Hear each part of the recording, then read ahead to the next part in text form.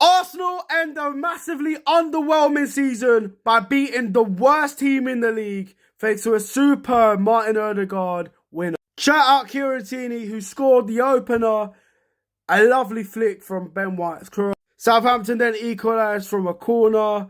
Their Scottish striker scored. I don't know who they are. I'm just glad they're relegated, never to be seen in the Premier League, because they've lost a record-breaking 30th game this season.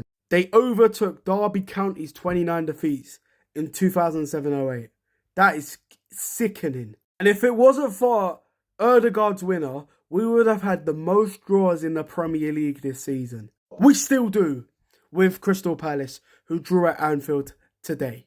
How does that work? You're telling me we've only lost 4 games in the Premier League this season, but could only get 74 points. My blood is boiling. And Crystal Palace are 12th with an FA Cup. Tottenham Hotspur are 17th with a Europa League, having almost half the points that we've got.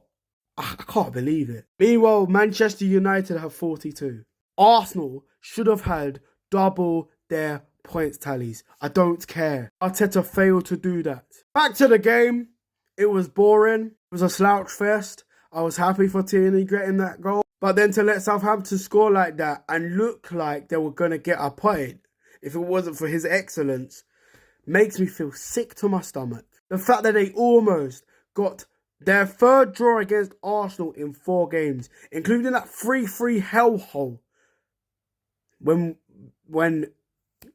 at least we got 6 points from Southampton. At least Henry is still the only player to get 20 goals and 20 assists in a single Premier League campaign. The fact that we are 10 points behind Liverpool, yet we took it to the final day of the last season against Man City, makes me feel sick. The refereeing decisions that we've had this season been absolutely catastrophic. The lack of goals we've been able to score because of the stupidness from the board makes my blood boil. Like, Liverpool managed to get 84 points. They were expected to get that points tally with Slot being in charge. Yeah, it was enough to win them the Premier League with a few games to spare. I feel absolutely embarrassed. As embarrassed as this guy, though, who could only get 66 points for a Villa side that actually made signings in January that were proactive, unlike Arsenal. I actually went and spent £50 million on Andre Onana, more than any other Arsenal player we signed.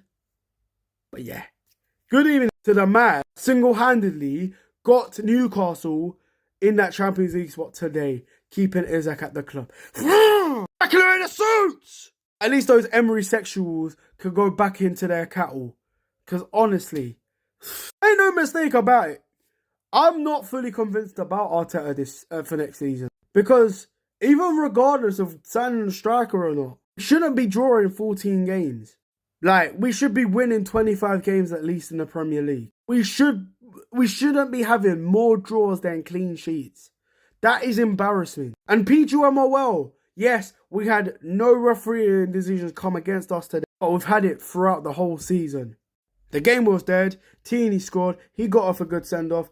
Odegaard actually scored. He gets a good send-off. Fair enough. Bukayo Saka gets a decent send-off for the season. Havertz. Why? But yeah, shout out Kieran Tierney playing left centre-back. Done a decent job. Yeah, if we're speaking about the game, Sterling finishing with no Premier League goals in the season. That is embarrassing. He was shit. Martinelli not good enough. Like, we need to make upgrades in attack. Trossard was alright. I thought White was pretty class. I thought there was no Saliba and Gabriel, so I thought Kivior did okay. You know, I thought Zinchenko had an alright game, but I hope that's his final game for Arsenal. Yeah, Partey, mid. Rice, excellent as always. Neri was alright. Mid. It was a meaty game.